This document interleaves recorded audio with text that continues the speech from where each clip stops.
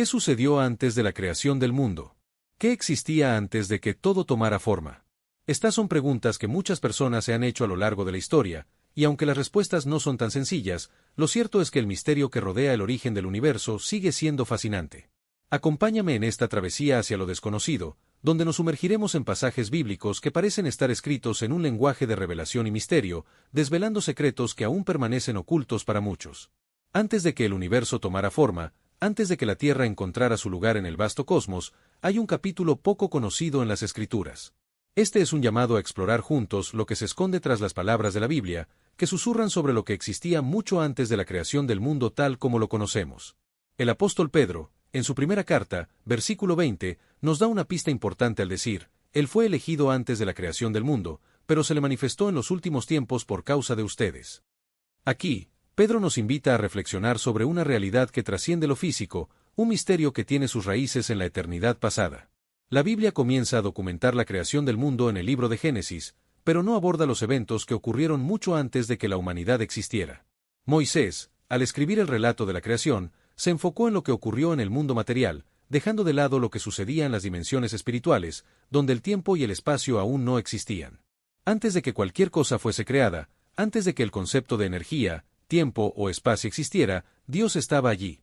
Él existía en su majestad, junto con su Hijo, Jesucristo. De hecho, Jesús nos compartió parte de estos misterios acerca de su existencia antes de la creación.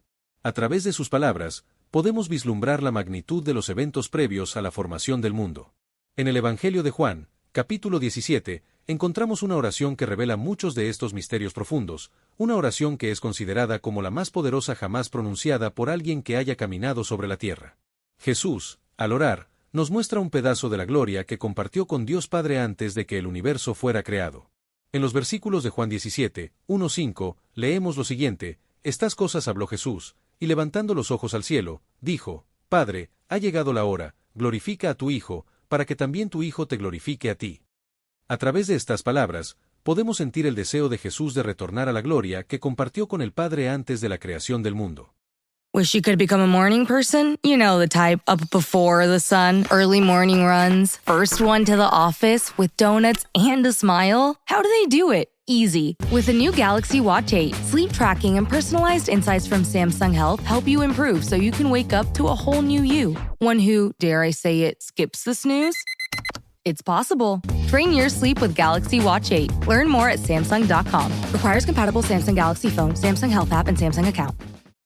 Hi, I'm Jim. I'm not an actor, just a guy living with prostate cancer. My wife and I face each day head on. We asked my doctor about Xtandi enzalutamide. Xtandi 40 milligram tablets treats men with prostate cancer that has spread to other parts of the body and responds to a medical or surgical treatment to lower testosterone. Xtandi may cause serious side effects: seizure, a brain condition called PRESS, allergic reactions, heart disease that can lead to death, falls and bone fractures, swallowing problems, or choking that can lead to death. Stop Xtandi and get medical help at once if your face, tongue, lip, or throat start swelling. Tell your doctor at once if you faint, have a seizure, quickly worsening headache, decreased alertness, confusion, vision problems, chest pain or discomfort, or shortness of breath. Xtandi can cause harm to an unborn baby or miscarriage. Use birth control during and 3 months after Xtandi. Common side effects include muscle and joint pain, feeling unusually tired, hot flashes, constipation, less appetite, diarrhea, high blood pressure, bleeding, falls, fractures, and headache. Visit Xtandi.com to watch my story.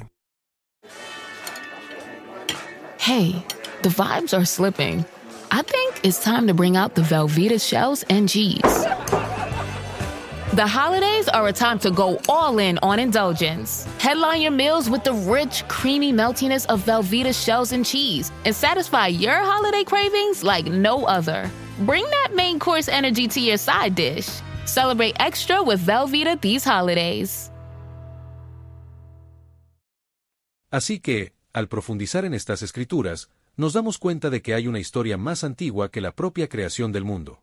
Esta historia, oculta en los rincones de las Escrituras, nos invita a mirar más allá de lo que conocemos y a adentrarnos en los misterios que precedieron la formación del universo. Es un recordatorio de que, antes de todo lo que vemos, existía una gloria, una majestad y una relación única entre Dios Padre y su Hijo. Si te fascinó este tema y quieres seguir explorando más misterios bíblicos, no olvides suscribirte a nuestro canal. Activa la campanita de notificaciones para no perderte ningún video nuevo. Así como tú me has dado autoridad sobre toda la humanidad, para que todos los que tú me diste puedan recibir vida eterna. Y la vida eterna es que te conozcan, el único Dios verdadero, y a Jesucristo, a quien enviaste. Yo te he glorificado en la tierra, cumpliendo la obra que me diste que hiciera. Y ahora, Padre, glorifícame junto a ti mismo con la gloria que tuve contigo antes de que el mundo existiera. Antes de la creación de la tierra, Dios ya existía. Él no comenzó con la creación del hombre ni de las demás criaturas, sino que estuvo presente desde el principio, mucho antes de que el universo tomara forma. Según la Biblia, Dios ha existido desde siempre y siempre existirá. Este concepto está respaldado por varios pasajes a lo largo de las Escrituras. En Génesis 1, por ejemplo, la palabra Elohim, que es un sustantivo plural, se traduce como dioses, lo que implica que Dios es uno en tres, refiriéndose a la Trinidad. Aunque esta estructura gramatical pueda parecer compleja, teológicamente es correcta y revela la naturaleza trina de Dios.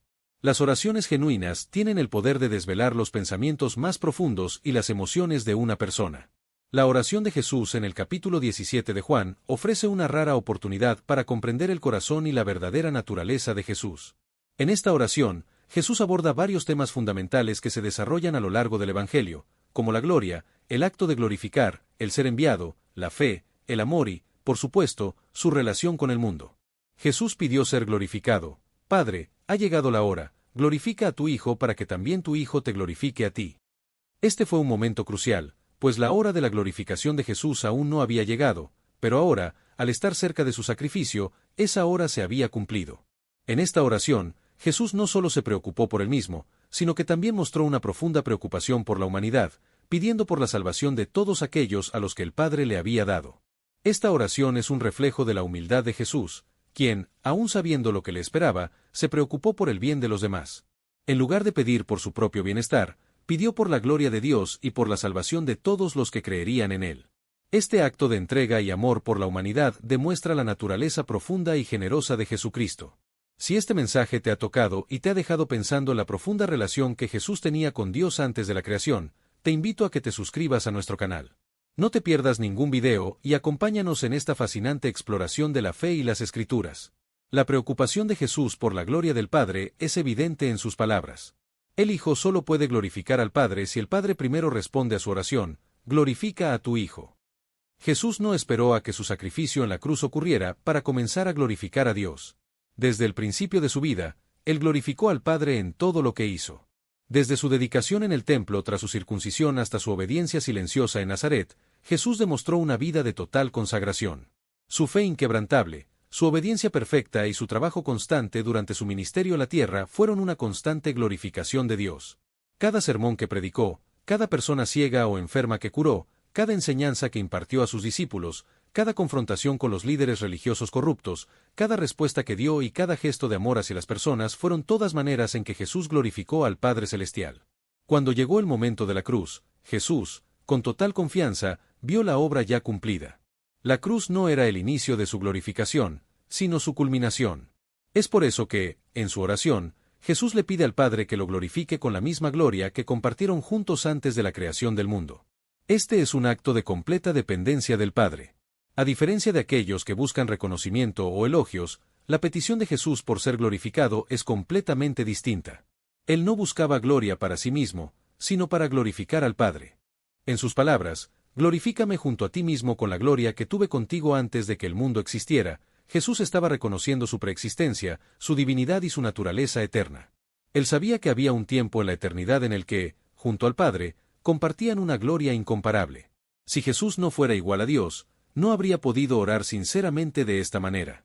Él, al igual que el Padre, comparte la misma gloria, pues ambos son uno en naturaleza y esencia. El profeta Isaías, en el capítulo 42, versículo 8, nos recuerda que Yahvé declaró: Yo soy el Señor, ese es mi nombre, no daré mi gloria a otro. Este pasaje subraya la unicidad de Dios. Si el Padre y el Hijo comparten la misma gloria, es porque ambos son divinos, ambos son Yahvé, el Dios eterno.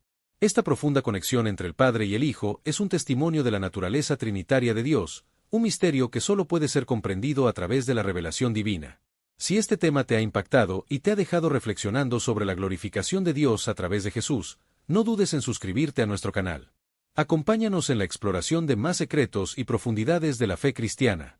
Un comentarista bíblico observó que, en su oración, Jesús hace una petición central: pedir ser recibido nuevamente la gloria que había dejado atrás para cumplir con su misión en la tierra. Esta petición de retornar a su gloria inmaculada implica, sin lugar a dudas, su preexistencia y su igualdad con el Padre. Esta afirmación confirma aún más lo que Jesús dijo en Juan 10:30, que Él y el Padre son uno. El Evangelio de Juan, a lo largo de su relato, pone un énfasis especial en la gloria de Jesús. Juan se encarga de registrar las diversas maneras en que Jesús hace referencia a su propia gloria, dejando claro que la gloria de Cristo no es algo secundario, sino un elemento fundamental de su identidad divina. En esta oración, Jesús hace referencia a un punto crucial en su misión, el momento de su glorificación. Los eventos que llevarían a la crucifixión comienzan con la traición, y la frase «ahora el Hijo del Hombre es glorificado» señala el propósito por el cual Jesús vino al mundo. Él iba a morir y resucitar, ofreciéndose como sustituto por la humanidad, en un sacrificio expiatorio. A través de este intercambio de glorificación, en el que el Hijo glorifica al Padre y el Padre glorifica al Hijo, vemos el reflejo perfecto de la relación divina. Ambos promueven la gloria del otro, destacando la grandeza y majestuosidad de Dios. Este es el llamado que los cristianos debemos vivir en nuestras propias vidas: glorificar a Dios en todo lo que hacemos, ya sea por pensamientos, palabras o acciones. Cada aspecto de nuestra vida debe ser una manifestación de la gloria de Dios. Sin embargo, Jesús no ora solo por Él. También ora por nosotros. En Juan 17:24, Él hace una petición al Padre: Padre, quiero que los que me has dado estén conmigo donde yo estoy, para ver mi gloria que me has dado, porque me amaste antes de la fundación del mundo. Lo que lleguemos a ser espiritualmente, lo debemos todo al Salvador que se entregó por nosotros. Él oró por nosotros para que pudiéramos estar unidos a Él y compartir su gloria. Nos dio un modelo de vida, una vida llena de oración, amor y entrega, que debemos seguir. Al final, vemos a Jesús en su gloria nuevamente en el libro del Apocalipsis. Juan, al relatar las visiones que tuvo, describe a un Jesús poderoso, muy diferente al hombre común que conoció en la tierra.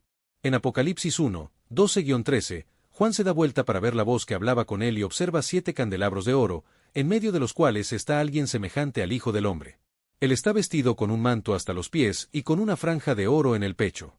Juan también describe la voz que escuchó como distinta y poderosa, comparándola con el sonido de una trompeta. Esta visión gloriosa de Cristo revela un ser completamente imponente y majestuoso, sin comparación con ningún ser humano. La gloria de Jesús es indescriptible, manifestándose con todo su esplendor y autoridad divina. Esta imagen de Cristo glorificado nos señala el propósito final de la obra de Jesús, su glorificación, su victoria sobre la muerte y el pecado, y su unión eterna con el Padre. Al reflexionar sobre esta revelación, somos llamados a vivir en obediencia y reverencia, buscando también glorificar a Dios en nuestras propias vidas.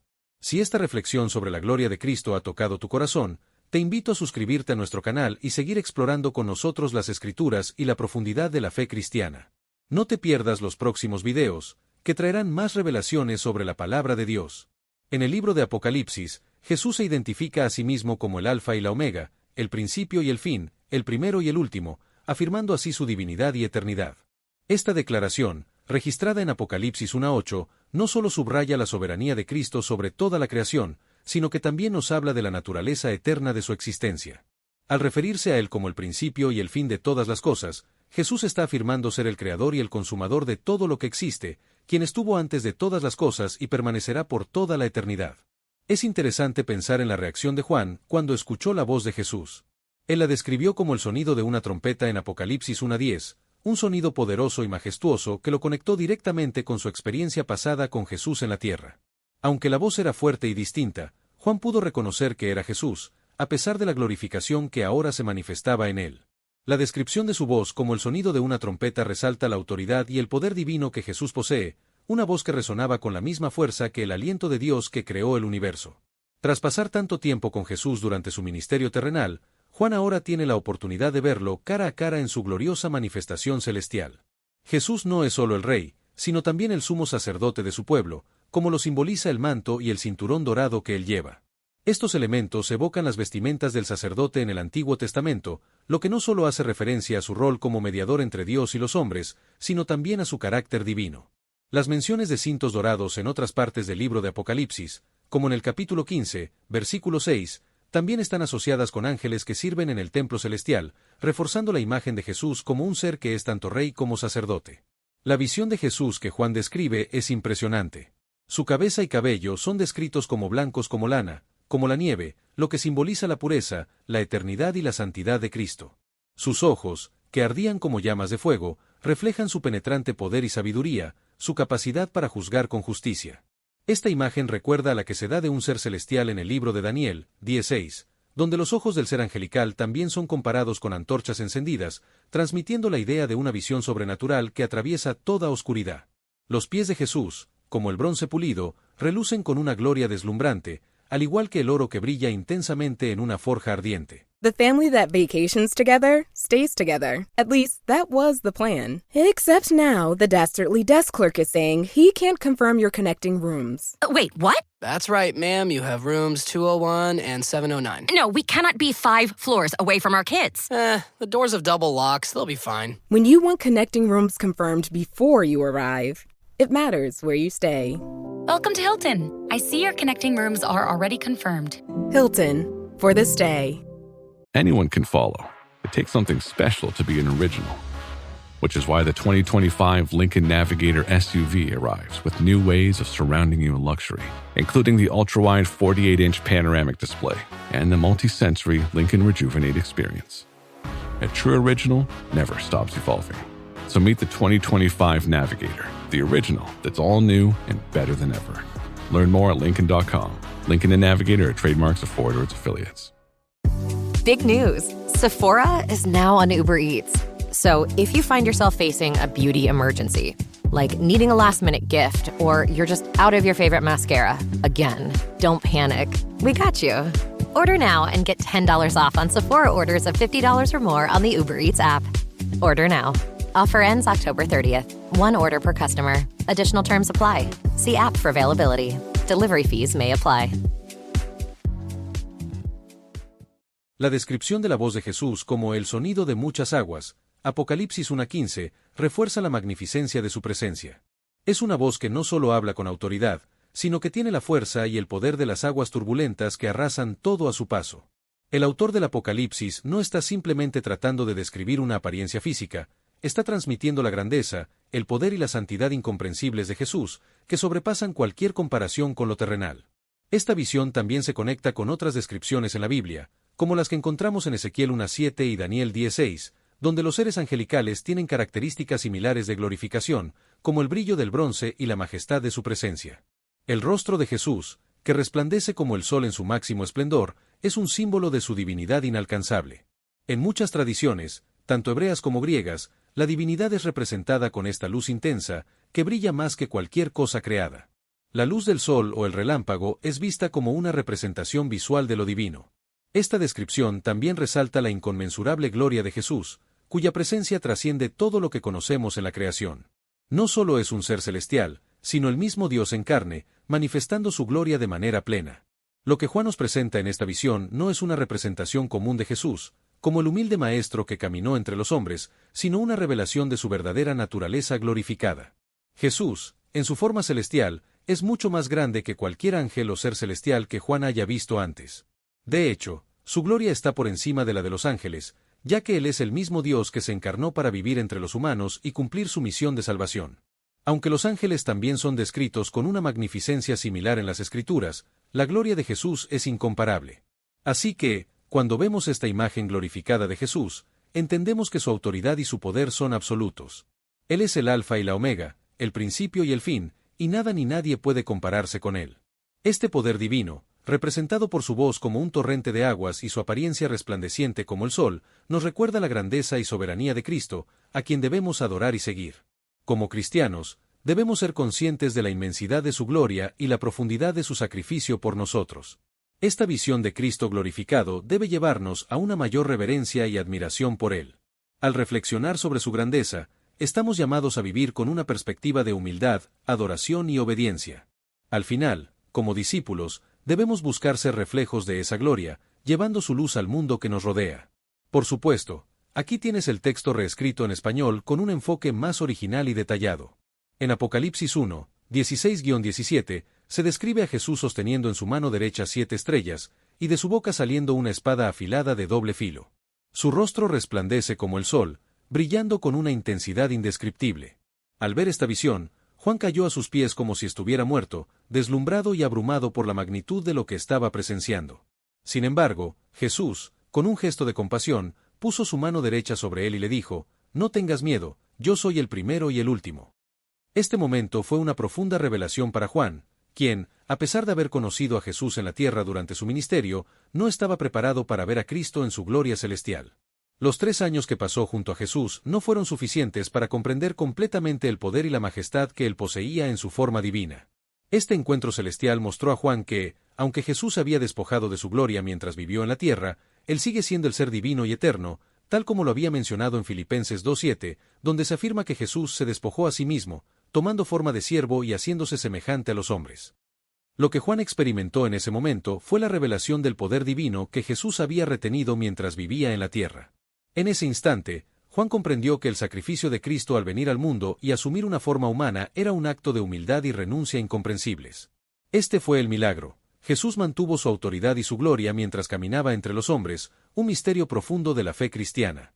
En Apocalipsis 1:18, Jesús afirma con claridad: «Yo soy el viviente, estuve muerto, pero he aquí que estoy vivo por los siglos de los siglos, y tengo las llaves de la muerte y del Hades». Estas palabras nos aseguran que Jesús no solo resucitó, sino que su victoria sobre el pecado y la muerte es eterna. Él no resucitó para morir nuevamente, sino que su resurrección fue el triunfo definitivo y eterno sobre la muerte. Jesús es el único que tiene la autoridad absoluta sobre la muerte y el Hades. Él posee las llaves que abren y cierran las puertas del reino de los muertos.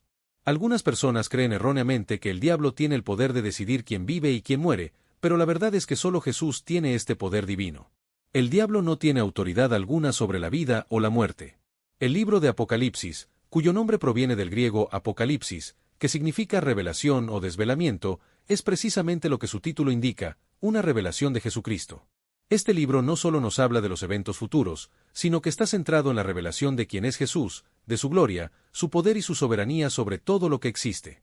La revelación de Jesucristo es la clave del Apocalipsis, ya que todo lo que ocurre en este libro se refiere a Él y a la manifestación de su divinidad.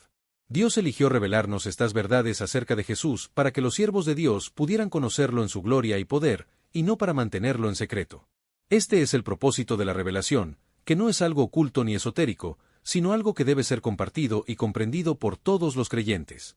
Esta revelación no solo se trata de Jesucristo, sino también de la humanidad y de los misterios que están más allá de la comprensión humana.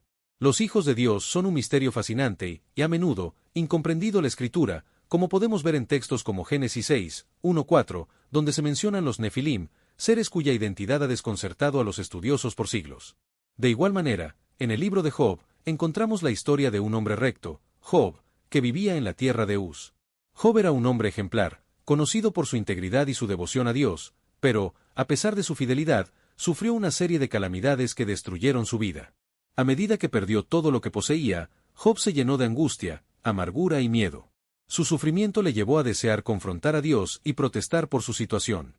En Job 38, 4-7, vemos que Dios responde a las preguntas de Job con una serie de preguntas profundas. ¿Dónde estabas cuando yo fundaba la tierra? Dímelo, si tienes entendimiento. Este diálogo entre Job y Dios nos muestra la grandeza infinita de Dios y cómo su sabiduría trasciende la comprensión humana. Job, al recibir estas preguntas, se da cuenta de que no tiene derecho a cuestionar los designios divinos, ya que no puede comprender la magnitud del poder de Dios. Este pasaje revela algo fundamental. Aunque Job es un hombre justo, hay misterios en la creación y en el sufrimiento que solo Dios puede entender completamente. En este sentido, la revelación de Dios a través de Apocalipsis también cumple el propósito de desvelar no solo el misterio de la vida de Jesús, sino también el misterio de la existencia humana y el destino final de todos los seres humanos. La revelación de Cristo es una llamada a la humildad, a reconocer que somos limitados en nuestro entendimiento y que, en última instancia, debemos confiar en el plan divino que está más allá de nuestra comprensión. A través de la revelación de Jesucristo en Apocalipsis, somos llamados a ver la realidad espiritual que se esconde detrás del velo de nuestra existencia terrenal. Jesús, en su gloria celestial, nos muestra que Él es el Señor absoluto sobre la vida y la muerte, y nos invita a caminar con Él en obediencia y fe, sabiendo que, aunque el sufrimiento y la oscuridad nos rodeen, Él tiene la victoria definitiva.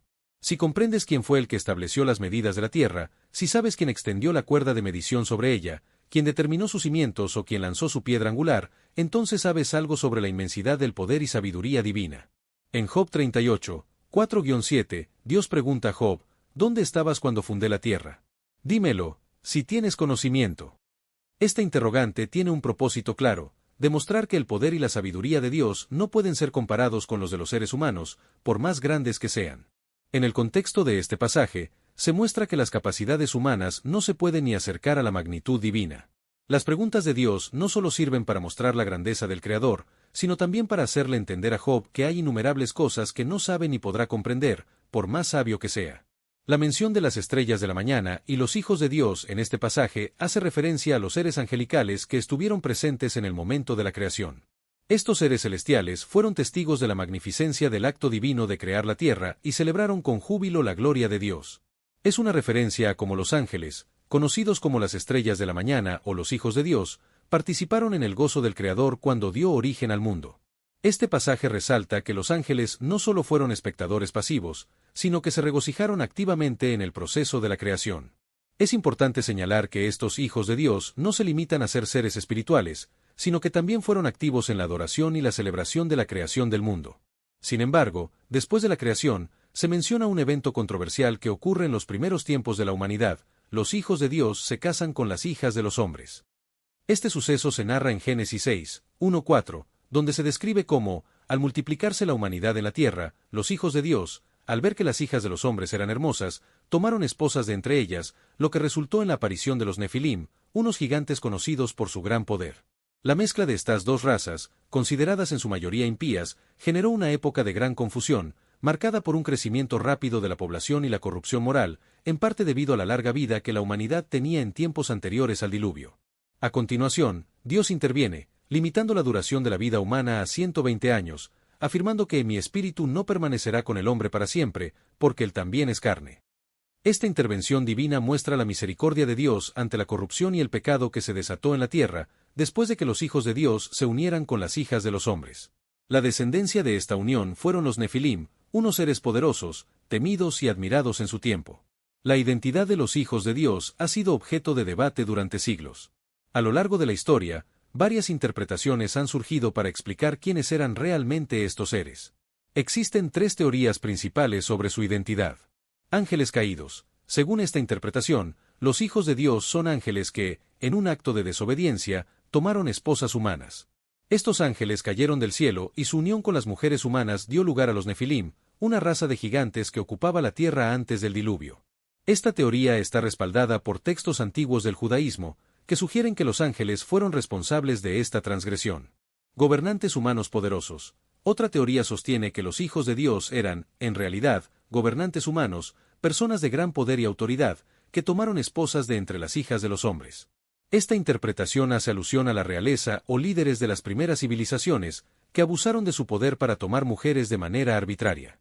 Descendientes piadosos de Set. Finalmente, algunos creen que los hijos de Dios eran descendientes de Set, el hijo de Adán, que eran justos y temerosos de Dios. Según esta visión, la mezcla con las hijas de los hombres, descendientes de Caín, fue vista como una corrupción moral, pues los descendientes de Set se unieron con mujeres de una línea impía, lo que resultó en la aparición de los Nefilim. La creencia tradicional es que los hijos de Dios eran seres celestiales, específicamente ángeles caídos que se rebelaron contra Dios al tomar esposas humanas. Esta visión se encuentra en varios escritos antiguos, incluidos los textos apócrifos, y ha sido sostenida por muchas tradiciones religiosas a lo largo del tiempo. Sin embargo, cada interpretación trae consigo diferentes implicaciones sobre la naturaleza de estos seres y su influencia sobre el curso de la historia humana.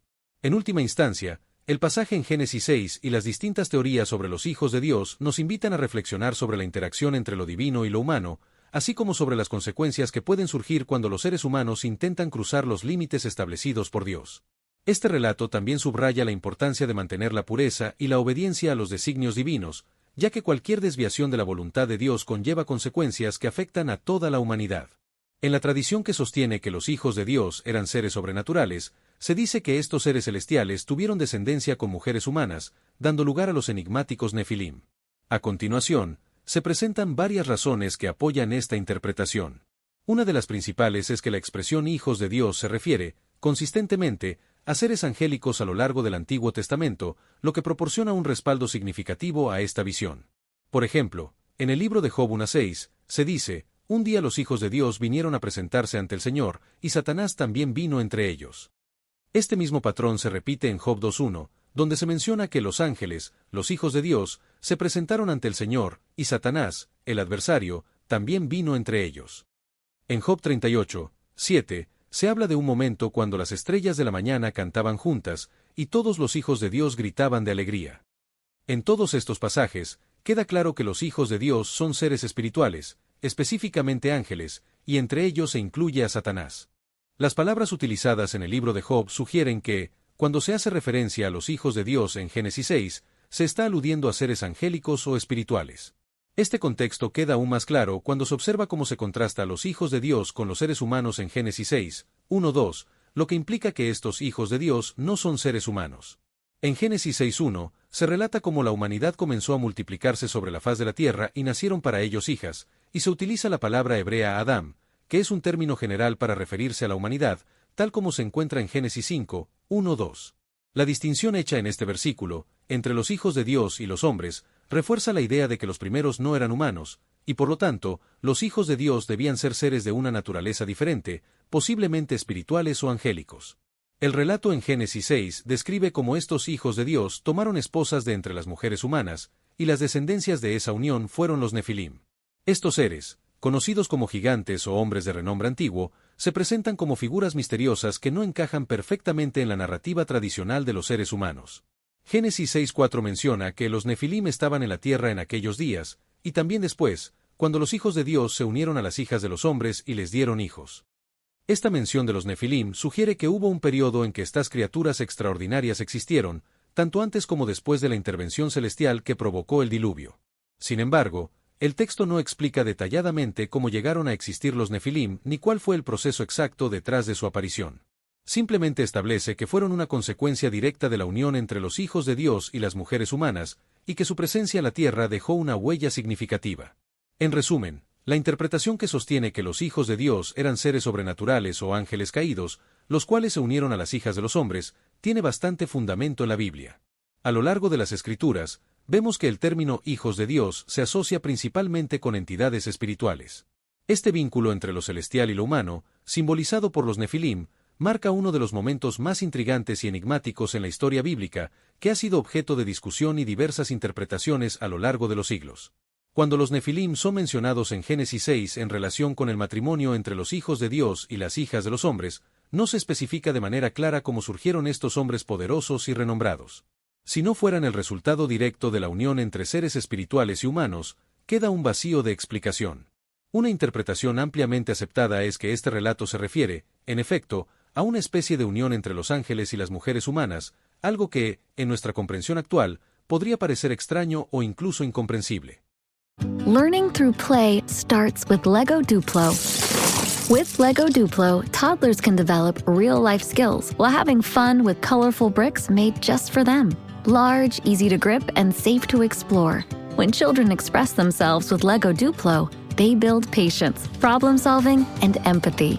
See your child learn perseverance and self-expression with everything they imagine and create. Visit lego.com/preschool to learn more. Sin embargo, debemos recordar que la Biblia está llena de eventos extraordinarios y que muchas veces, la verdad divina va mucho más allá de nuestra limitada comprensión.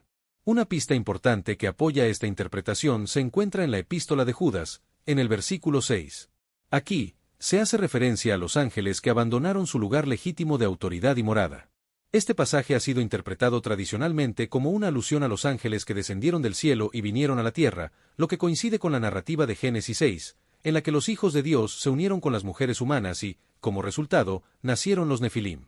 Aunque este concepto pueda parecer inusual desde una perspectiva moderna, debemos recordar que los relatos bíblicos están llenos de hechos extraordinarios y sobrenaturales, que a menudo desafían nuestra lógica humana. De acuerdo con Judas 6, estos ángeles que abandonaron su puesto de autoridad fueron condenados y ahora están reservados en cadenas eternas bajo oscuridad, para el juicio del gran día. Este pasaje parece referirse directamente a los ángeles caídos que, al igual que en el relato de Génesis 6, abandonaron su morada celestial para habitar en la tierra y tomar esposas humanas. Este tipo de comportamiento rebelde fue severamente castigado por Dios, quien los mantiene en prisión hasta el día final del juicio. Además, Pedro 3, 19-20 nos proporciona una visión adicional sobre lo que sucedió con estos ángeles caídos. Según el apóstol Pedro, después de la victoria de Jesús en la cruz, Él proclamó su triunfo sobre estos espíritus, que ahora se encuentran en prisión. Este pasaje subraya que el sacrificio de Cristo no solo logró la salvación de los creyentes, sino que también significó una victoria sobre los seres espirituales malignos, incluidos aquellos que se rebelaron y tomaron la decisión de unirse con las mujeres humanas, dando lugar a los Nefilim. Por tanto, los versículos en Génesis 6 sobre los hijos de Dios y las hijas de los hombres deben interpretarse como un acto de rebelión por parte de seres celestiales. Los hijos de Dios, en este contexto, no eran simplemente descendientes piadosos de Adán, como algunas interpretaciones sugieren, sino que eran ángeles caídos, rebeldes contra el mandato divino. Y las hijas de los hombres eran mujeres humanas con quienes los ángeles se unieron, produciendo a los Nefilim. Estos eventos, aunque difíciles de comprender desde nuestra perspectiva humana, revelan la complejidad del universo creado por Dios, que está mucho más allá de nuestra comprensión limitada. La tradición de Judas 6 y los pasajes en Pedro 3 proporcionan una visión coherente que no solo reafirma la idea de la intervención de ángeles en la historia humana, sino también la advertencia de la gravedad de tal rebelión. Los ángeles que se apartaron de su propósito original y desobedecieron a Dios no solo fueron castigados, sino que quedaron encerrados en un destino de oscuridad y prisión hasta el juicio final. La revelación de estos eventos tiene un impacto profundo en la manera en que comprendemos la interacción entre lo celestial y lo humano, así como las consecuencias del pecado y la desobediencia.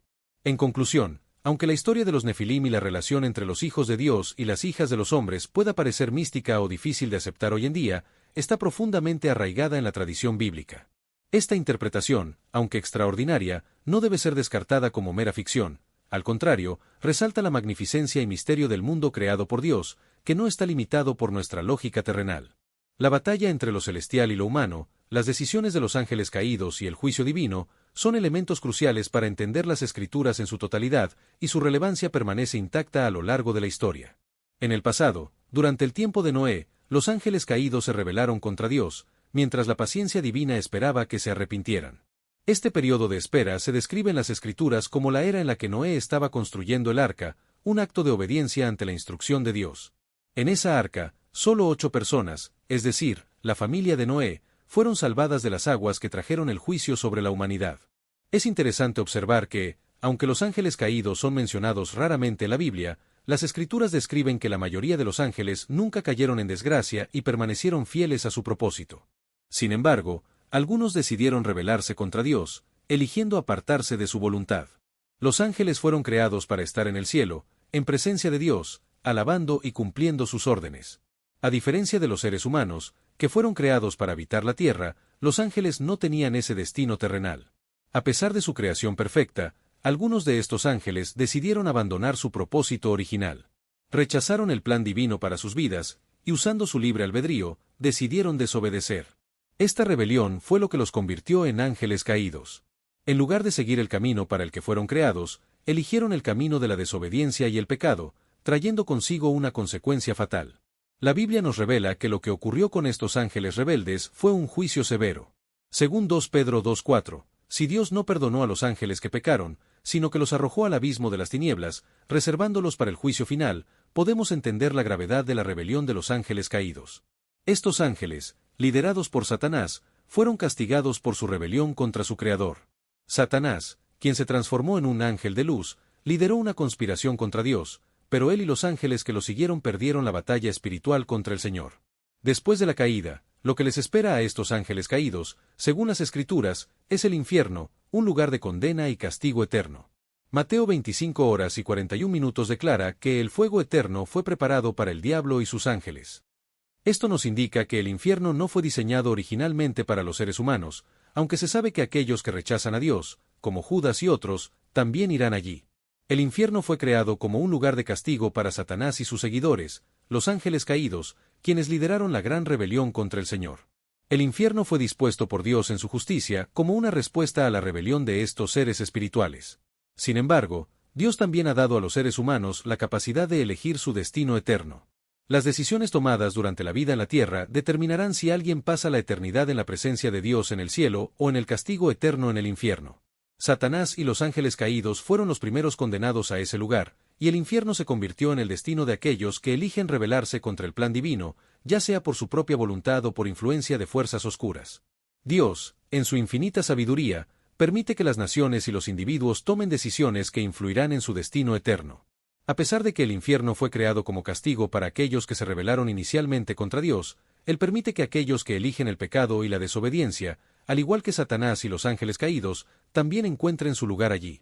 Es importante recordar que el libre albedrío otorgado por Dios a la humanidad es fundamental para la elección de su destino final.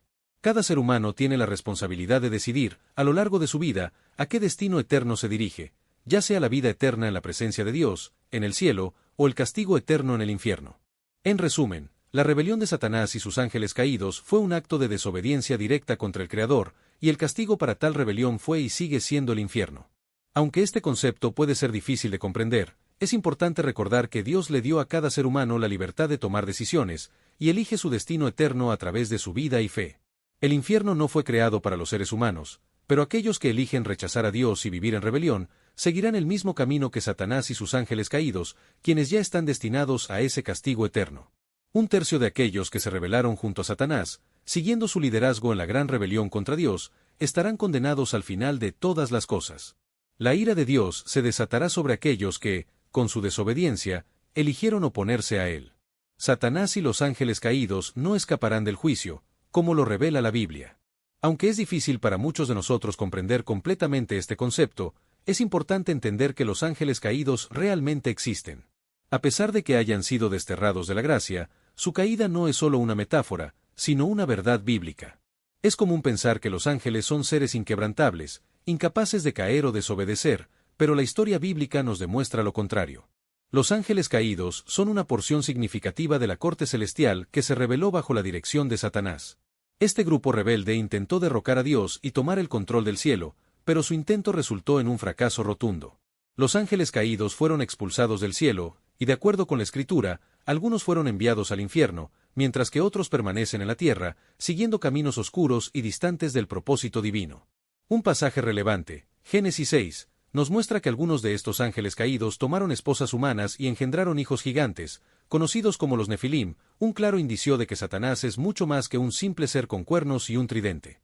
Él es una figura antigua y poderosa, que utiliza sus habilidades espirituales para llevar a cabo sus planes malignos y egoístas. Su hostilidad hacia los cristianos es profunda, y su objetivo principal es su aniquilación. Con esto en mente, es crucial tener en cuenta algunas verdades fundamentales al navegar por esta realidad espiritual.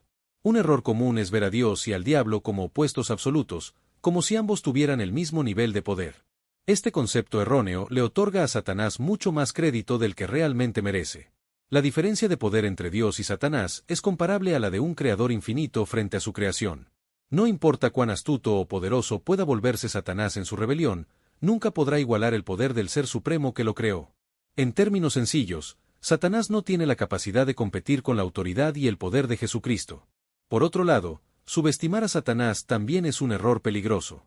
Aunque no es más fuerte que Dios, posee un poder inmenso en comparación con los seres humanos. A lo largo de los siglos, Satanás ha ideado y llevado a cabo planes oscuros, manipulando las mentes y corazones de aquellos que le siguen. Es un mentiroso astuto, un manipulador formidable, con un poder que supera por mucho al de cualquier ser humano mortal. Debemos ser conscientes de su influencia, pero no debemos temerle. Satanás no es una amenaza para Dios, y su derrota está garantizada desde el principio. Es interesante notar que ni siquiera conocemos su nombre verdadero, lo que podría ser una pista sutil de que Satanás no representa una amenaza tan grande para Dios. En la guerra espiritual, ya se ha decretado su derrota. Desde los primeros capítulos de Génesis, Dios profetiza la derrota de la serpiente, incluso después de que ella haya llevado a Adán y Eva a la desobediencia. La promesa de la derrota final de Satanás está sellada, y su destino ya está determinado, sin importar los engaños y trucos que utilice. Así, en el contexto de la Biblia, podemos ver cómo desde el principio Dios ya había planeado y predicho el fin de Satanás y su ejército de ángeles caídos. La victoria de Dios es segura, y Satanás nunca podrá cambiar el destino que le ha sido asignado. Sin embargo, mientras tanto, él sigue engañando y buscando destruir a aquellos que aún tienen la oportunidad de elegir el bien. Es una batalla que ya está ganada, pero mientras estamos en esta tierra, debemos estar alertas, conscientes del enemigo, pero confiando plenamente en la victoria final de Dios. La victoria de Jesucristo sobre Satanás se concretó en su sacrificio en la cruz. A pesar de recibir el golpe mortal, Jesús aplastó la cabeza de la serpiente cuando entregó su espíritu. La promesa de su derrota está sellada, pero aguardamos el día en que esta victoria será plenamente manifestada. Este es un tiempo en que necesitamos estar preparados para la guerra espiritual, pues muchos de nosotros, criados en tiempos modernos, solemos estar ciegos a las realidades espirituales y las fuerzas invisibles que operan a nuestro alrededor. Aunque leemos sobre ellas en libros y hablamos de ellas, pocos realmente nos involucramos en esta batalla. Y al hacerlo, nos exponemos a conflictos espirituales. La manera más rápida de perder una batalla es no saber que estamos involucrados en ella. El poder de Jesús va mucho más allá de ser simplemente palabras escritas en una página o una esperanza para el más allá. Las batallas espirituales se libran a nuestro alrededor todos los días. Si deseamos ser efectivos en el ámbito espiritual, debemos aprender a apoyarnos en la oración, a sintonizar nuestros corazones con la presencia real de Dios y a cultivar el discernimiento mientras buscamos cumplir la obra de nuestro Padre. Nuestro enemigo, Satanás, es formidable, pero nuestro Dios es aún más grande. Una guerra espiritual está ocurriendo en este mismo momento y afecta a todos los seres humanos en el planeta. Es un enfrentamiento entre dos reinos, uno liderado por Dios, el príncipe de la paz, y el otro dirigido por Satanás, el príncipe de las tinieblas. Uno es el reino del bien, mientras que el otro es el reino del mal. Uno representa la luz y el otro las tinieblas, uno trae bendiciones y el otro maldiciones, uno da vida y el otro conduce a la muerte. Estos dos reinos, antagónicos por naturaleza, no pueden coexistir. Desde el principio del conflicto espiritual, han estado en guerra, y esta disputa continúa hoy. ¿Qué originó este conflicto? Después de que Satanás y sus seguidores fueron expulsados del tercer cielo, se unieron y formaron un reino rebelde que aún perdura. Este reino seguirá existiendo hasta que sea destruido por el poder supremo de Dios. Pablo nos advirtió sobre la importancia de mantener el objetivo principal en mente para enfrentar las artimañas del diablo, sin dejarnos llevar por divisiones entre nosotros. Nos recordó que nuestro verdadero adversario no es de carne y hueso, sino que se trata de los espíritus malignos que operan en el mundo espiritual. Cuando este evento ocurrió, antes de la creación del mundo, muchas preguntas surgen sobre lo que sucedió en ese tiempo. Sin duda, una serie de acontecimientos ocurrieron en ese periodo, pero lo que es crucial comprender es que desde antes de la fundación de la tierra, el conflicto espiritual ya había comenzado. Antes de que o mundo fuese criado, ja había una grande verdade, Dios te eligió. En Efesios 1, 3-4, la Escritura declara, bendito sea el Dios y Padre de nuestro Señor Jesucristo, quien nos bendijo con toda bendición espiritual en los lugares celestiales en Cristo, así como Él nos escogió en Cristo, antes de la fundación del mundo, para que seamos santos y sin mancha delante de Él, en amor. Este pasaje revela que Dios, en su infinito amor, te escogió antes de que el mundo existiera. Te eligió para ser apartado, para tener un propósito divino y ser irreprensible ante sus ojos. Esta elección no es algo fortuito, sino parte de un plan eterno que ha sido pensado para ti, con el fin de que vivas para su gloria, consagrado y apasionado por su propósito.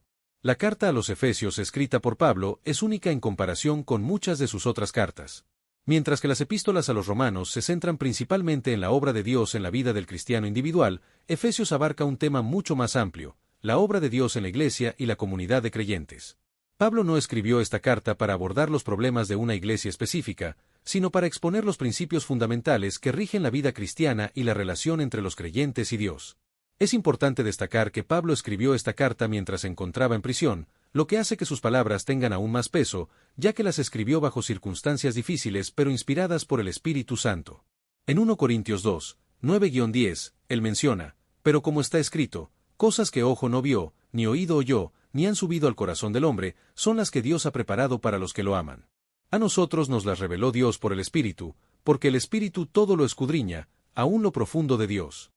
Este versículo nos recuerda que las bendiciones de Dios son tan grandes y misteriosas que nuestras mentes humanas no pueden comprenderlas por completo, pero a través de su Espíritu, Él nos revela su voluntad y su plan divino para nuestras vidas. Lo más asombroso de todo esto es que estas bendiciones no solo están disponibles para los judíos, sino también para los gentiles. En el primer siglo, el pueblo judío entendía muy bien lo que significaba ser elegido y bendecido por Dios. Sin embargo, Pablo mostró que ahora estos dones espirituales son accesibles para todos los cristianos, sin importar su origen. Como dice Efesios 1:3, nos bendijo con toda bendición espiritual en los lugares celestiales en Cristo. Estas bendiciones no son materiales, sino espirituales, y se encuentran en los lugares celestiales, lo que las hace mucho más valiosas, duraderas y seguras que cualquier bien material que podamos obtener aquí en la tierra.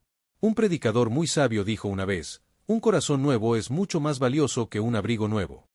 Vivir en Cristo, tener una vida transformada por Él, es mucho más importante y significativo que cualquier posesión terrenal. Las bendiciones que Dios nos otorga son espirituales y eternas, y son estas las que nos otorgan una paz verdadera, más allá de cualquier circunstancia. Si este mensaje tocó tu corazón y quieres aprender más sobre cómo Dios te ha elegido y qué significa vivir en Cristo, no olvides suscribirte a nuestro canal y activar las notificaciones para no perderte contenido como este. Does it ever feel like you're a marketing professional just speaking into the void?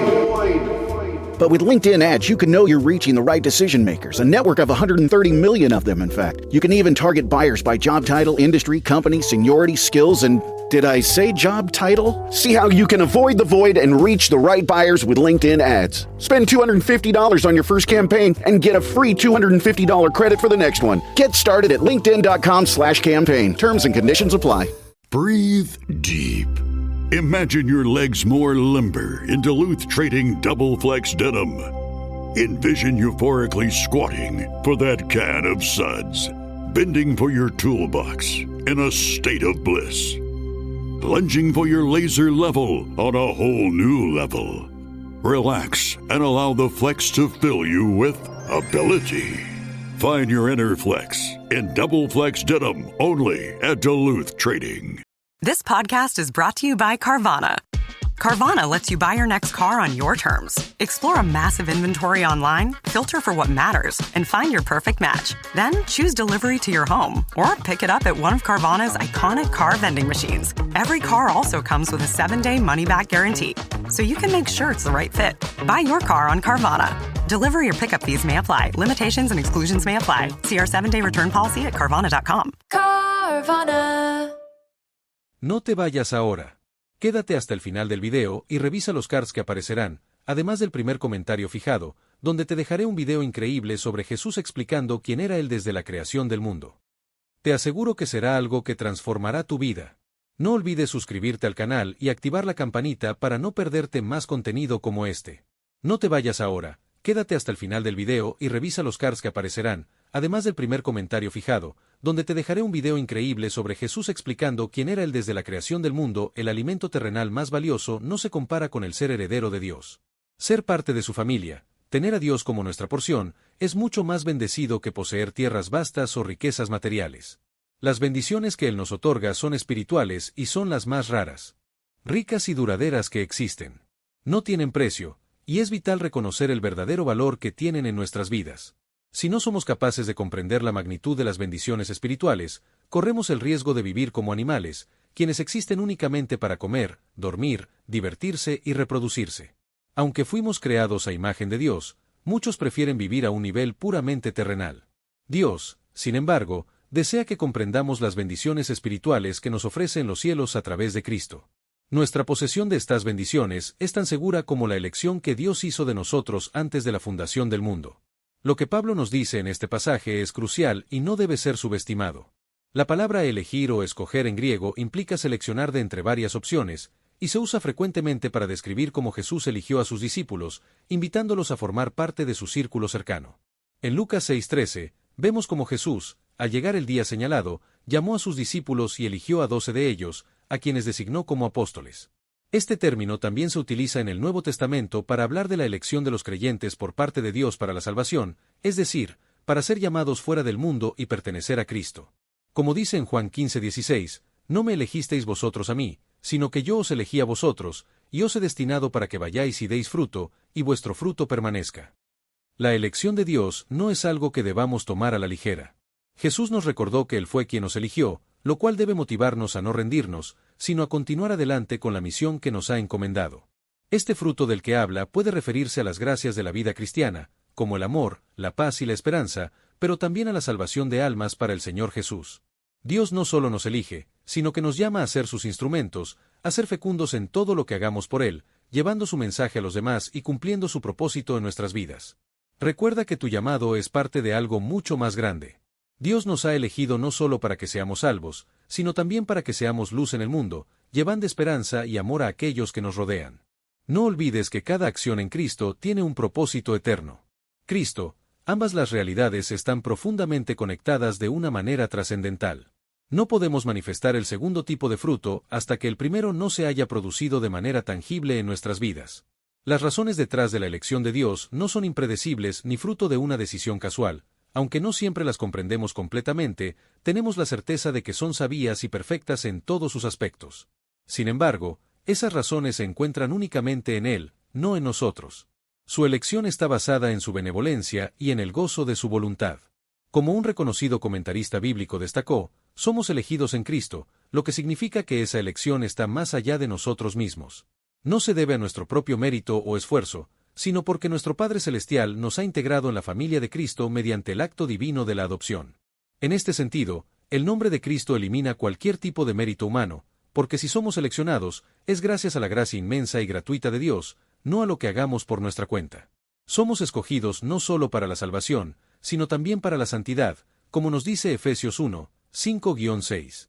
Él nos predestinó, con amor y con un plan perfecto, para ser adoptados como sus hijos a través de Jesucristo, conforme al propósito divino y a la voluntad de su corazón. Todo esto, para que su gracia gloriosa sea alabada, una gracia que Él nos otorgó generosamente en el amado, es decir, en su Hijo Jesucristo. Las palabras santo e intachable que se mencionan en la Escritura tienen un profundo significado, ya que evocan la imagen de los sacrificios perfectos e inmaculados que la ley exigía, los cuales eran llevados al altar de Dios por el pueblo. Este plan de adopción no solo nos ofrece la salvación y una transformación personal, sino también una relación profunda y segura con nuestro Padre Celestial. En el contexto del derecho romano, cuando se completaba una adopción, la persona adoptada obtenía todos los derechos legítimos de un hijo dentro de la nueva familia, pero perdía todos los derechos que tenía en su familia original. Una vez que se formalizaba la adopción, la persona era considerada completamente nueva ante la ley, como si comenzara de cero con la nueva familia. Las deudas y obligaciones vinculadas a su familia anterior eran anuladas, como si nunca hubieran existido. Este proceso de adopción es un reflejo perfecto de lo que sucede en nuestra vida espiritual. Al ser adoptados por Dios, recibimos todos los derechos como hijos de su reino, y nuestras cargas del pasado, como el pecado y la condenación, son borradas. Es como si nunca hubiéramos sido esclavos del pecado. Y esa es la grandeza de la adopción divina, nos hace completamente nuevos, completamente aceptos ante Él, y nos da acceso total a su amor, gracia y propósito. La elección de Dios, por tanto, no es algo que debamos tomar a la ligera. Somos llamados para ser parte de su familia, y a través de esta adopción, participamos de su santidad y su gloria, siendo transformados y establecidos firmemente en su voluntad. Y lo más hermoso es que, al igual que en la adopción romana, nuestras deudas espirituales quedan completamente canceladas.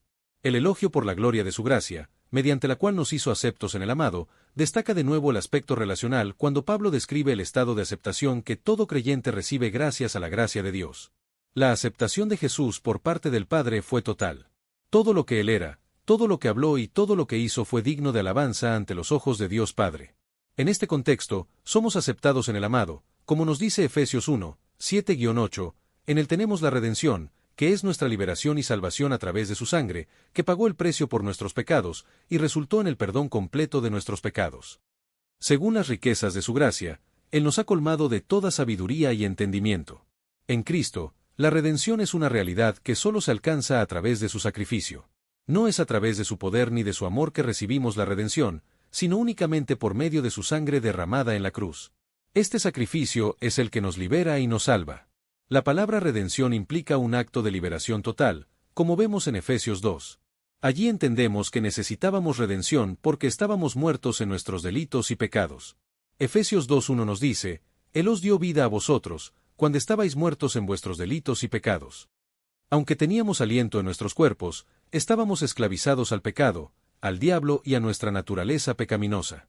En Efesios 2:2-3 leemos, En otro tiempo anduvimos siguiendo la corriente de este mundo, conforme al príncipe de la potestad del aire, el espíritu que ahora opera en los hijos de desobediencia, entre los cuales todos nosotros también vivimos en otro tiempo, en los deseos de nuestra carne, haciendo la voluntad de la carne y de los pensamientos. Y éramos por naturaleza hijos de ira, lo mismo que los demás.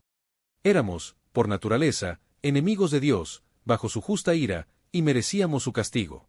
Al igual que el resto de la humanidad, estábamos perdidos y separados de Él. Habíamos acumulado una deuda espiritual que nunca podríamos haber pagado por nosotros mismos. Sin embargo, el amor de Dios nos alcanzó y nos dio la oportunidad de ser reconciliados con Él a través del sacrificio de Cristo. Como Pablo explica en Romanos 5:10, porque si cuando éramos enemigos, fuimos reconciliados con Dios por la muerte de su Hijo, mucho más, estando reconciliados, seremos salvos por su vida. La redención es, por tanto, un acto divino de liberación que solo se logra por la sangre de Cristo. En él encontramos la verdadera libertad, una libertad que nos saca de la esclavitud del pecado y nos coloca en una relación de aceptación y perdón con Dios. Este es el mensaje fundamental del Evangelio: no hay redención fuera de Jesús, y es únicamente a través de su sacrificio que podemos ser salvados y transformados. Cuando éramos enemigos de Dios, fuimos reconciliados con él a través de la muerte de su Hijo. Es aún más cierto que, al haber sido reconciliados, seremos salvados de las consecuencias del pecado por su vida. En otras palabras, seremos salvos porque Cristo vive hoy. En Cristo, tenemos la redención, Él murió en la cruz para liberarnos por la gracia de Dios. A través de nuestra fe en Jesús, somos liberados de la esclavitud del pecado, de la ira y del juicio divino. Como se menciona en Romanos 5:9, por tanto, ya que ahora hemos sido justificados y declarados libres de la culpa del pecado por su sangre, mucho más cierto es que seremos salvos de la ira de Dios por medio de él. Todo esto tiene como propósito que aquellos que han confiado en Cristo vivan para su alabanza y gloria. El fin último del plan divino es traer gloria a sí mismo. En Efesios 1, 9-12, se nos dice: Él nos dio a conocer el misterio de su voluntad, según su beneplácito, que propuso en Cristo para el cumplimiento de los tiempos, el clímax de la historia, para reunir todas las cosas en Cristo, tanto las cosas en los cielos como las de la tierra. En él también recibimos una herencia, un destino, porque hemos sido reclamados por Dios como su pueblo, predestinados según el propósito de aquel que hace todo conforme al consejo y designio de su voluntad. El versículo 12 dice que, como los primeros en poner nuestra esperanza en Cristo, existimos para alabar su gloria. En 1 Pedro 2:9, leemos que vosotros sois un pueblo escogido, un sacerdocio real, una nación santa, un pueblo adquirido por Dios, para que anunciéis las virtudes de aquel que os llamó de las tinieblas a su luz admirable. Es indiscutible que Dios ha elegido a los que creen en Jesús. No somos salvos por nuestras buenas obras, sino por la gran compasión y el favor de Dios que nos atrajo hacia Cristo. Es por su gracia que hemos sido liberados del juicio y nos ha dado vida eterna a través de la fe. Esta salvación no proviene de nosotros mismos ni de nuestros propios esfuerzos, sino que es un don gratuito de Dios. Este regalo de salvación es completamente inmerecido, y se nos ofrece sin que hayamos hecho nada para ganarlo. Solo a través de la fe en Cristo, reconociendo su sacrificio y su gracia inmensa, somos transformados y llevados a vivir para la gloria de Dios. Al aceptar este don de redención, nuestra vida encuentra un propósito eterno, uno que no depende de nuestras fuerzas ni méritos, sino de la obra perfecta de Jesús en la cruz. La salvación que recibimos es un regalo inmerecido y lleno de la gracia de Dios, no como resultado de nuestras obras o intentos de cumplir con la ley, para que nadie pueda jactarse o recibir crédito por su propia salvación. Efesios 2, 8-9. Todos hemos pecado y no podemos alcanzar la gloria de Dios, como se dice en Romanos 3:23, todos pecaron y están destituidos de la gloria de Dios. Excepto por Jesús, todos merecíamos la muerte, según Romanos 6:23, porque la paga del pecado es muerte, pero el regalo de Dios es vida eterna en Cristo Jesús, nuestro Señor. Es en Jesús donde podemos encontrar la vida. Dios no nos elige por lo que somos, sino por quien Él es. Además, Él nos escoge para ser partícipes en su obra en el mundo, como se describe en Efesios 2:10, porque somos su obra, creados en Cristo Jesús para buenas obras, las cuales Dios preparó de antemano para que caminemos en ellas. Somos su creación, hechos para realizar su voluntad y propósito en la tierra. Dios nos llama a vivir la vida plena que Él ha planeado para nosotros, y esto incluye realizar buenas obras que ya Él ha dispuesto para que las llevemos a cabo. De igual manera, en Deuteronomio 7, 7-9, se nos recuerda cómo el Señor eligió a Israel por amor, no por algo digno o impresionante en la nación. Lo mismo sucede con nosotros, Dios nos escoge por su amor, no por nuestras obras o méritos. La doctrina de la predestinación puede resultar difícil de comprender, ya que, por naturaleza, tendemos a pensar que aquellos que son predestinados son seleccionados por algún mérito propio. Sin embargo, para entender por qué Dios nos creó, es necesario ver su visión para nuestras vidas. Una visión verdadera es el desarrollo del plan y propósito divino. Cada ser humano ha sido creado con un propósito específico en la tierra, de la misma manera en que un fabricante crea un producto para satisfacer una necesidad. El propósito de Dios para nuestras vidas no es aleatorio, es una obra maestra que Él ha diseñado con amor y cuidado. Como una herramienta en las manos de un creador perfecto, cada uno de nosotros tiene un papel único que cumplir en el gran plan de Dios, contribuyendo con nuestra existencia al cumplimiento de su voluntad en este mundo. Cuando comprendemos que nuestra vida tiene un propósito divino, comenzamos a caminar en la dirección correcta, confiando en que estamos siendo guiados por la mano poderosa de Dios, que nos conduce a cumplir los planes que Él ha preparado para nosotros desde antes de nuestra existencia. El propósito para el que fuiste creado se conoce como visión. La visión es el desarrollo del plan divino que está relacionado con una persona, un grupo o incluso una organización. Dios reveló su propósito al profeta Jeremías cuando le dijo: antes de formarte en el vientre, te conocí, antes de que salieras del seno, te santifiqué, te di por profeta a las naciones. Jeremías 1:5. Este es un ejemplo claro de cómo Dios tiene un plan específico para cada uno de nosotros, tal como también lo tuvo para el apóstol Pablo. Él dice: pero cuando a Dios le agradó, que me apartó desde el vientre de mi madre y me llamó por su gracia para revelar su Hijo en mí, a fin de que lo predicara entre los gentiles. Gálatas 1:15-16. Al igual que Jeremías y Pablo, tú también tienes un propósito en esta tierra, y es esencial que conozcas a Dios y la visión que Él tiene para ti. Cuando realmente conoces a Dios, te aferras a la fuerza que Él te otorga para caminar en su propósito. La falta de conocimiento es uno de los mayores obstáculos que enfrentan los creyentes, ya que muchos no alcanzan el nivel grande y extraordinario que Dios tiene preparado para ellos. El problema radica en la ignorancia, porque cada creyente ha sido llamado a desempeñar una función específica, al igual que cada miembro de un cuerpo tiene su función dentro del cuerpo de Cristo. Como se menciona en 1 Corintios 12:27, ahora bien, vosotros sois el cuerpo de Cristo, y miembros en particular. Dios ha llamado a cada uno de nosotros para un ministerio de tiempo completo. Todos formamos parte del cuerpo de Cristo y cada uno tiene un rol que cumplir dentro de este cuerpo. Como miembro, eres un mayordomo de una posición particular que Dios te ha asignado, y tu responsabilidad es cumplir con esa misión. El ministerio no se limita al púlpito. Es una verdadera mayordomía, ocupando el lugar que Dios ha diseñado para ti. Por ejemplo, Gideón no fue llamado para predicar, sino para liberar a su pueblo de Israel. Abraham, por otro lado, fue llamado para ser el padre de una nación, de la cual las familias de la tierra serían bendecidas. Tú también tienes un propósito divino, y descubrirlo es lo que se conoce como visión. La visión es la percepción clara y divina del plan que Dios tiene para tu vida. Todos tenemos un ministerio, y ser ministro implica descubrir cuál es ese llamado. Una visión proporciona un enfoque claro y te otorga la mentalidad de un guerrero en una misión divina. Tener una visión es tener un sentido claro de la misión que Dios tiene para ti, y te lleva a vivir con un propósito definido, trabajando por el reino de Dios con cada acción que tomes. Dios tenía un propósito claro de liberar a su pueblo de Egipto, y en su sabiduría divina, Él escogió a alguien que, a primera vista, no parecía ser el candidato ideal. Welcome to Sephora. I'm looking for a perfume that's not too perfumey. I got you. Serum moisturizer or moisturizer serum. Let's get into layering. My concealer is making me look worse. Sounds like the wrong shade. Let's get you matched. There's only one store that really gets what you're going for. Get beauty from people who get beauty. Only at Sephora. Hi, Let's get you a basket. En lugar de elegir a una persona elocuente, como podríamos esperar, Dios escogió a Moisés, quien se consideraba a sí mismo una persona torpe de habla. Esta elección de Dios no es casualidad, tiene un propósito profundo, demostrar al mundo su gloria y el poder que solo Él puede otorgar. El talento natural de una persona no es suficiente para cumplir con una tarea divina, que requiere la intervención de recursos divinos. Es necesario contar con una fuerza que provenga de Dios, y este poder divino se perfecciona a través de la debilidad, como nos enseña 2 Corintios 12:9, porque mi poder se perfecciona en la debilidad.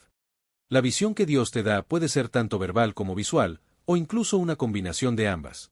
De cualquier manera, la visión es un lenguaje espiritual a través del cual Dios transmite su plan.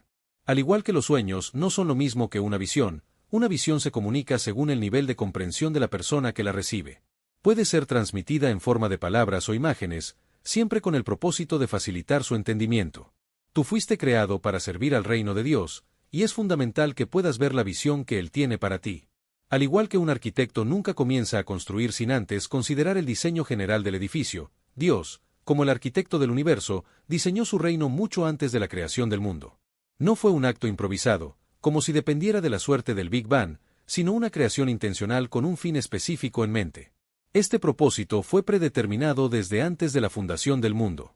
Un claro ejemplo de este plan divino lo encontramos en Mateo 25, que nos habla de cómo el rey separará a las personas como si fueran ovejas y cabras. Las ovejas serán colocadas a su derecha, el lugar de honor, mientras que los cabritos quedarán a la izquierda, en el lugar de rechazo. El rey entonces dirá a los de su derecha: vengan, benditos de mi Padre, hereden el reino preparado para ustedes desde la fundación del mundo.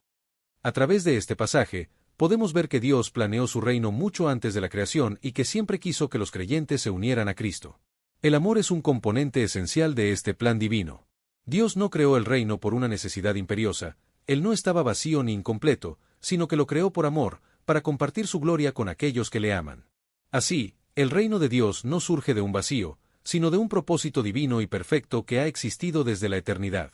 Dios no improvisó su plan, Él lo diseñó y lo llevó a cabo con un fin glorioso, en el que cada uno de nosotros tiene un lugar determinado, según su voluntad.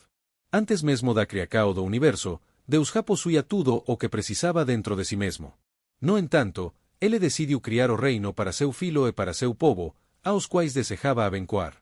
O objetivo final da salvacao é glorificar a Deus, mas é importante perceber que ese propósito tamén resulta na nosa propia glorificacao.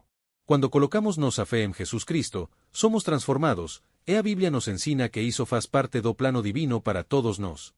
De acordo com as Escrituras, a existencia de Deus precede a do universo. Ele está além das leis físicas que gobernam o mundo que Ele criou. Como nos revela o Salmo 90, versículo 2, Moisés declara: Antes que as montanas nascesem, ou que tu formases a terra e o mundo, de eternidade a eternidade, tu és Deus. Cuando tentamos comprender a ideia da preexistencia de Deus, muitas veces imaginamos que Ele existiu por bilhões de anos antes da criacao, mas esa visao é apenas uma parte da realidade. Deus, na verdade, é atemporal. Ele criou o próprio tempo e tem o poder de entrar no tempo e no espaco para intervir nos acontecimentos, sempre que necesario. Iso significa que Deus não está sujeito ás limitacoes do tempo. Ele tem a capacidade de ver o pasado, o presente e o futuro ao mesmo tempo. Além disso, a habilidade de Deus de transcender o tempo e o espaco LHE permite interagir diretamente con sua criacao e desenvolver nos asuntos humanos en cualquier ponto da historia, independentemente de ser algo presente, pasado ou futuro. Uma questão natural que surge é: o que Deus estaba facendo antes de criar o universo? Ese conceito de antes da criacao é un desafío para nós, que vivemos limitados pelo tempo e pelas leis físicas, comprendermos en súa totalidade. No entanto, as Escrituras nos revelam algúns aspectos da actividade de Deus antes da criacao que podem nos ajudar a entender melhor súa natureza e a relacao que Ele tem como mundo criado, assim como seus planos para tudo o que existe. Ao explorarmos eses detalhes, podemos obter uma percepção máis profunda sobre a essência da existência de Deus, que está além do tempo e do espaco, e como Ele orquestrou o surgimento do cosmos.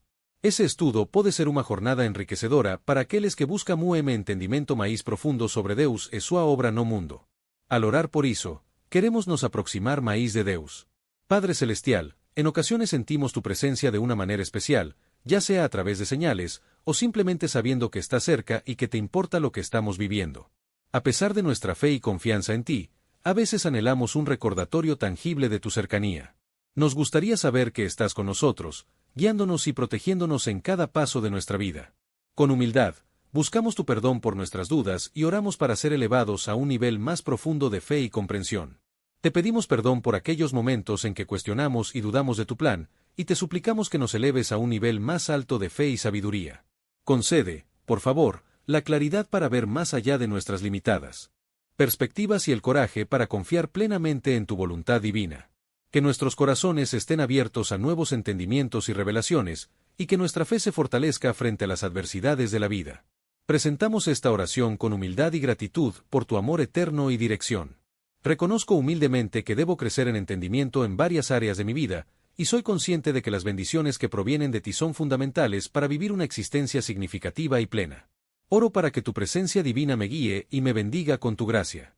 Querido Dios, estoy profundamente agradecido por enviar a tu Hijo, Jesús, a este mundo para ser mi Salvador. Me maravillo ante el inmenso amor que tú tienes por mí, por haber permitido que Él muriera en la cruz para pagar el precio por mis pecados. Además, me siento enormemente agradecido por el regalo de tu palabra, la Biblia, que revela de manera tan hermosa tu plan de redención para toda la humanidad. Esta palabra se convierte en un refugio de consuelo, dirección e inspiración para mi vida diaria.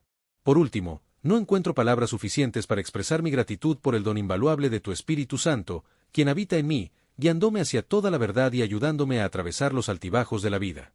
Gracias por tu gracia infinita y misericordia, por tu amor inquebrantable que me sostiene cada día. Amén. Dios amoroso y lleno de gracia, mi corazón rebosa gratitud al presentarme ante ti en oración. Me siento pequeño ante la magnitud de tu amor por mí y por el mundo entero. Enviaste a tu amado Hijo, Jesús, para pagar el precio por mis pecados y darme la oportunidad de vivir una vida eterna a tu lado.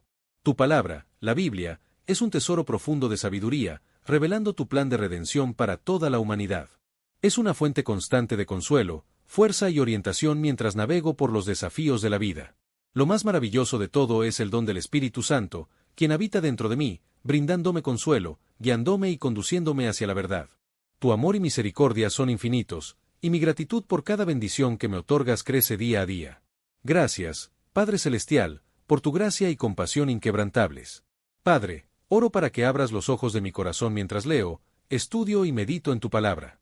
Que pueda verte más claramente y amarte con todo mi ser, cada vez más profundamente. En el nombre de Jesús, oro. Amén. ¿Qué te ha parecido el video? Déjanos tu opinión en los comentarios. No olvides suscribirte al canal para no perderte ningún contenido. Además, te dejo algunos videos interesantes en los cards y en el primer comentario fijado.